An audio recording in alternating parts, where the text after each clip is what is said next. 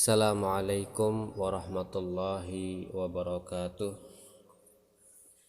Sahabat beriman yang dirahmati Allah, kali ini Al-Fakir akan menceritakan kisah seorang sahabat Nabi, yaitu Abdullah bin Salam. Siapa yang ingin melihat seorang ahli surga, silahkan melihat kepada Abdullah bin Salam. Husain bin Salam adalah seorang kepala pendeta Yahudi terkemuka di Yasrib. Penduduk Madinah meski menganut agama yang berbeda, namun mereka memuliakan dan menghormati Husain, sebab ia dikenal sebagai orang yang bertakwa dan soleh, yang senantiasa bersikap istiqomah dan jujur. Husain menjalani hidupnya dengan begitu tenang dan damai. Akan tetapi, kehidupan yang ia jalani amat berarti dan bermanfaat. Ia membagi waktu hidupnya dalam 3 kegiatan. Sebagian ia gunakan di gereja untuk memberikan nasihat kepada umat sekaligus beribadah. Sebagian lagi ia gunakan di kebun untuk merawat pohon-pohon kurma. Dan sebagian lagi ia gunakan untuk mempelajari ilmu agama yang ia dapatkan lewat kitab Taurat. Setiap kali ia membaca Taurat, ia termenung memikirkan berita yang menyatakan akan munculnya seorang nabi di Mekah yang akan melengkapi risalah para nabi terdahulu sekaligus menjadi pamungkas mereka. Husain lalu mencari-cari tanda dan ciri nabi yang dinanti-nanti ini, dan ia semakin gembira saat ia mengetahui bahwa nabi tersebut akan berhijrah dari kampungnya menuju Yasrib, tempat tinggalnya yang baru. Setiap kali ia membaca berita ini atau saat ia terbesit untuk mengingat nabi ini, maka ia akan berdoa kepada Allah agar ia dikaruniai umur panjang sehingga ia dapat menyaksikan kemunculan nabi yang ditunggu-tunggu ini dengan hati yang gembira, dan ia akan menjadi orang pertama yang akan beriman kepadanya. Allah Subhanahu wa taala mengabulkan doa Husain bin Salam sehingga ia memperpanjang usia Husain hingga waktu di mana nabi yang membawa petunjuk dan kebenaran tersebut diutus. Ia juga diberi kesempatan oleh Allah untuk dapat berjumpa dan bersahabat dengan nabi tersebut dan beriman kepada kebenaran yang diturunkan kepada beliau. Kita akan memberikan kesempatan kepada Husain untuk menceritakan keislamannya, sebab ia lebih pantas dan lebih mengetahui akan hal ini.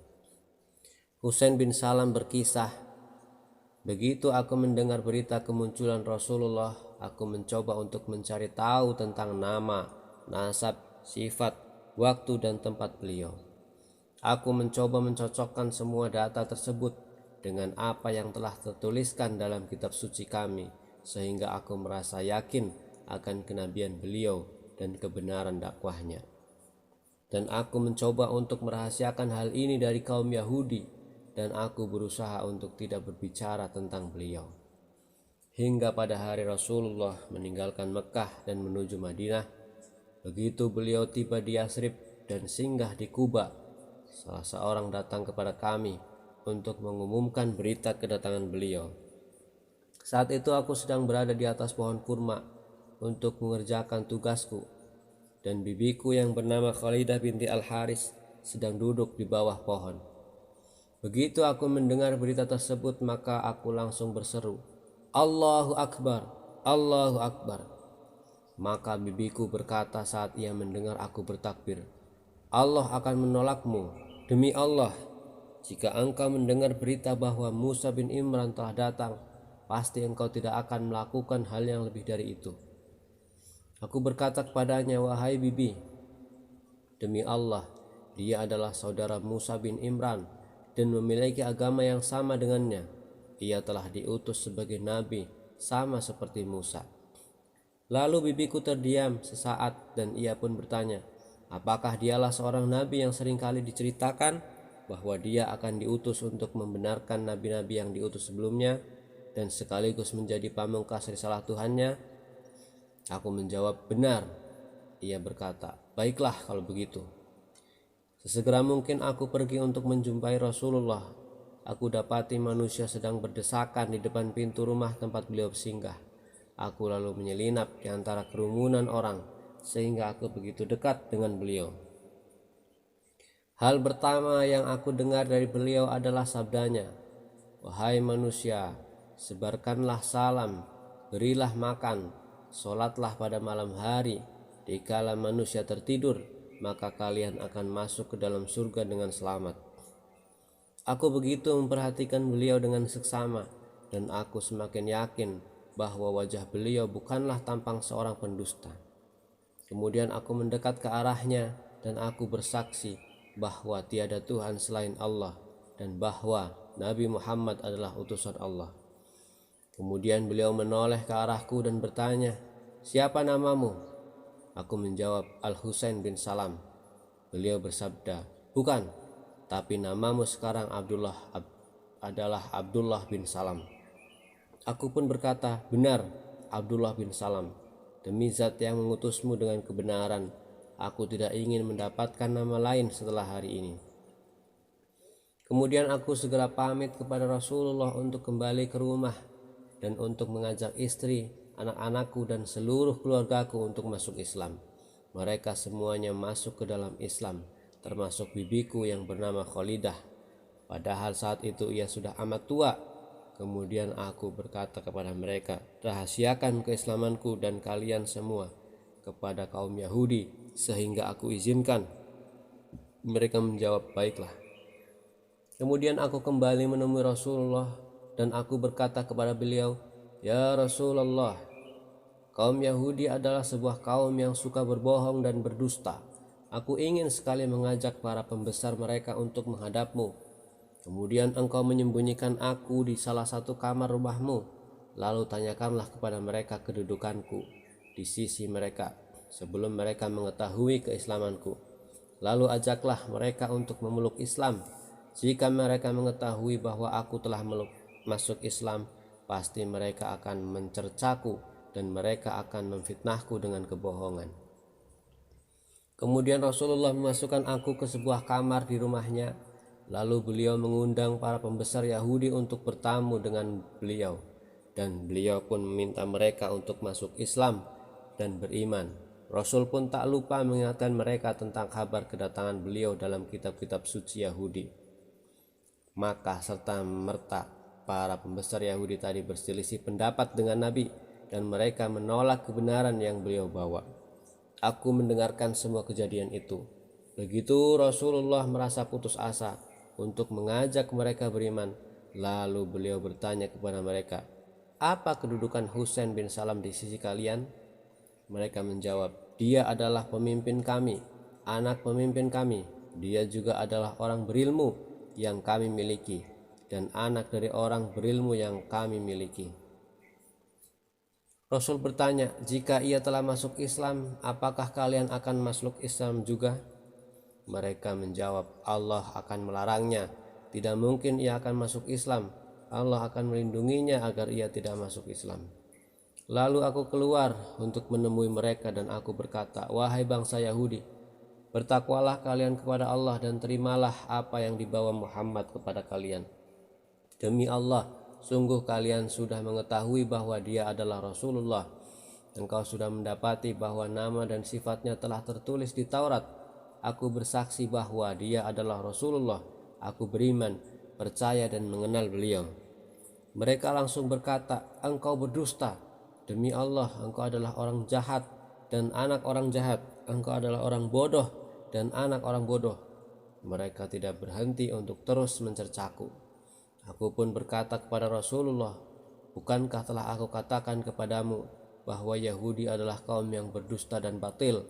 Mereka adalah orang yang suka berkhianat dan berbuat dosa." Abdullah bin Salam menerima Islam sebagai orang yang kehausan mendapatkan minuman segar. Dia begitu cinta kepada Al-Quran, lisannya tidak pernah lelah untuk membaca ayat-ayat Al-Quran yang jelas. Ia begitu dekat dengan Nabi sehingga ia bagaikan bayangan beliau yang selalu menyertai. Ia bernazar atas dirinya bahwa ia akan mengerjakan amalan untuk mengejar surga, sehingga Rasulullah memberikan kabar gembira kepadanya bahwa ia berhak masuk surga dan kabar ini tersebar ramai di kalangan para sahabat. Mengenai kabar gembira ini ada sebuah kisah yang akan disampaikan oleh Qais bin Abbad dan lainnya.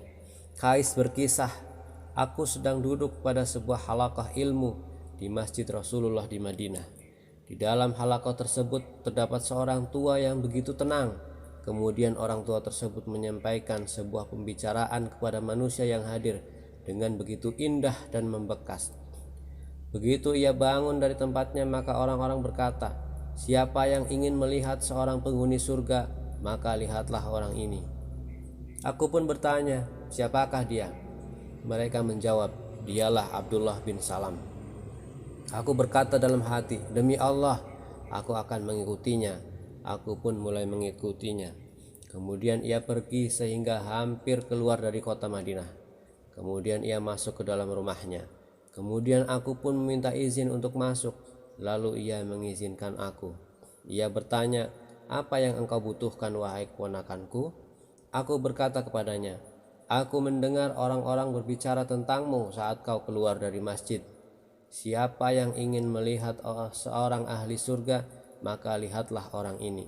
Maka aku pun mengikutimu untuk mengetahui kebenaran berita ini, dan agar aku mengetahui bagaimana orang-orang bisa tahu bahwa engkau adalah ahli surga.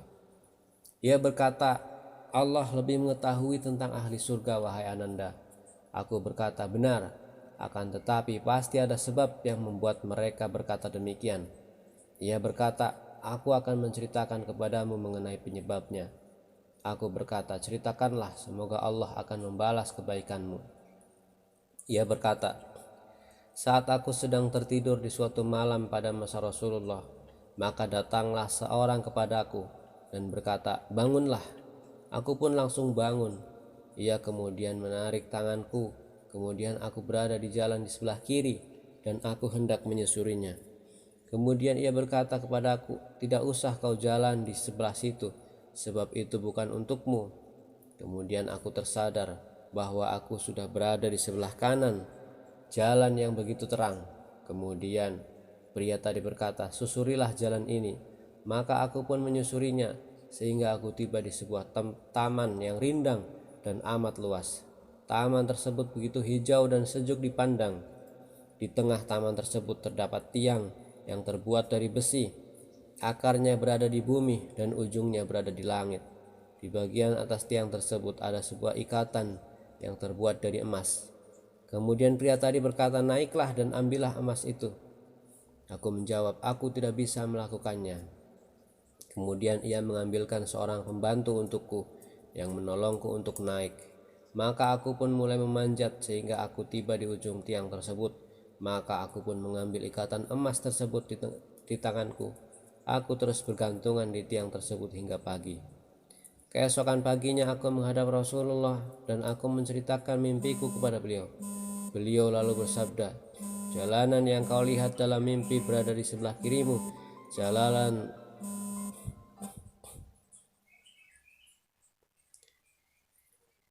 yang kau lihat di dalam mimpi berada di sebelah kirimu. Jalanan tersebut adalah jalanan Ashabus Shimal, golongan kiri dari penghuni neraka. Sedangkan jalanan yang kau lihat dalam mimpi berada di kananmu, maka jalan tersebut adalah jalan Ashabul Yamin, golongan kanan dari ahli surga. Adapun taman yang rimbun dan rindang itu adalah Islam. Tiang yang berada di tengahnya adalah tiang agama, sedangkan ikatannya adalah al-urwah al-wusqa, tali yang kuat. Engkau senantiasa akan memegangnya hingga engkau wafat. Wallahu a'lam bishawab.